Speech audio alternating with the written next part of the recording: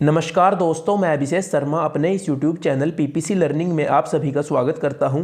हमारा आज का इस वीडियो का मोस्ट इंपॉर्टेंट टॉपिक है और टॉपिक का नाम क्या है? Civil and criminal jurisdiction. चलिए शुरू करते हैं। द डिस्ट्रिक्ट कोर्ट और additional district court exercise jurisdiction both on original side and appellate side in civil and criminal matters arising in the district.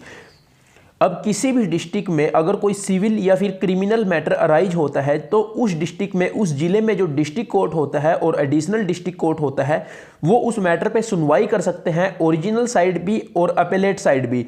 अब original side and appellate side इनको समझने के लिए आप प्लीज़ एक वीडियो देखिए जिसका लिंक मैंने डिस्क्रिप्शन बॉक्स में दे दिया है। बिल्कुल छोटी सी वीडियो है, मैंने इन टॉपिक को अच्छी तरह से एक्सप्लेन वहाँ पे किया है।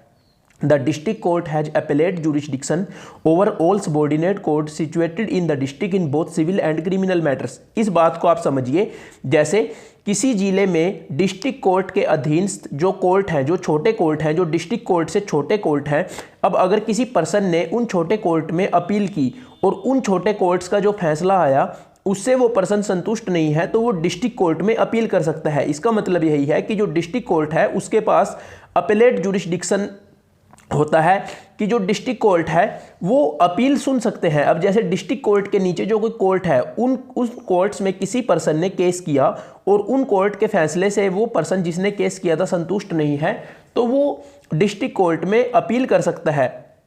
सबॉर्डिनेट कोर्ट्स की अगर हम बात करें सिविल साइड असेंडिंग ऑर्डर में तो जूनियर सिविल जज कोर्ट, फिर प्रिंसिपल जूनियर सिविल जज कोर्ट, फिर सीनियर सिविल जज कोर्ट, आल्सो कॉल्ड सब कोर्ट्स। सुबॉर्डिनेट कोर्ट्स की अगर हम क्रिमिनल साइड बात करें असेंडिंग ऑर्डर में, in ascending order of hierarchy first class judicial magistrate court, फिर chief judicial magistrate court. Certain matters on criminal side और civil side can not be tried by a court lesser than a district court. अब कुछ ऐसे matter होते हैं criminal side भी और civil side भी, कुछ ऐसे क्रिमिनल मैटर्स होते हैं, कुछ ऐसे सिविल मैटर्स भी होते हैं जिनके ऊपर सुनवाई डिस्ट्रिक्ट कोर्ट से नीचे नहीं हो सकती, यानी उनके सुनवाई के लिए मिनिमम डिस्ट्रिक्ट कोर्ट होना चाहिए, यानी डिस्ट्रिक्ट कोर्ट में ही उन पे केस किया जा सकता है। उन मैटर्स पे सुनवाई, उन मैटर्स का फैसला डिस्ट्रिक्ट कोर्ट में ही किया जा सकता है। डिस्ट्रिक्ट कोर्ट के जो सबॉर्डिनेट कोर्ट्स होते हैं उन सबॉर्डिनेट कोर्ट्स में उन मैटर्स पर सुनवाई नहीं हो सकती। जैसे जैसे हम इस सब्जेक्ट को आगे पढ़ेंगे आप इन टॉपिक्स को अच्छे से समझते जाएंगे। What does criminal jurisdiction cover?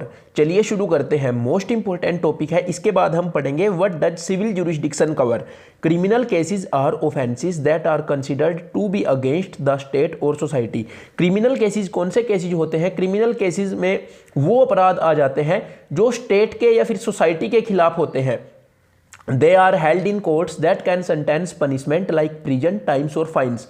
अब किसी भी पर्सन ने अगर कोई क्राइम किया है तो कोर्ट उसको सजा सुना सकता है, उसको कैद हो सकती है, जेल हो सकती है या फिर उसके ऊपर फाइन लगाया जाता है, जुर्माना लगाया जाता है। The three kinds of jurisdiction are at federal level, state level and concurrent level. अब हम इनको समझते हैं।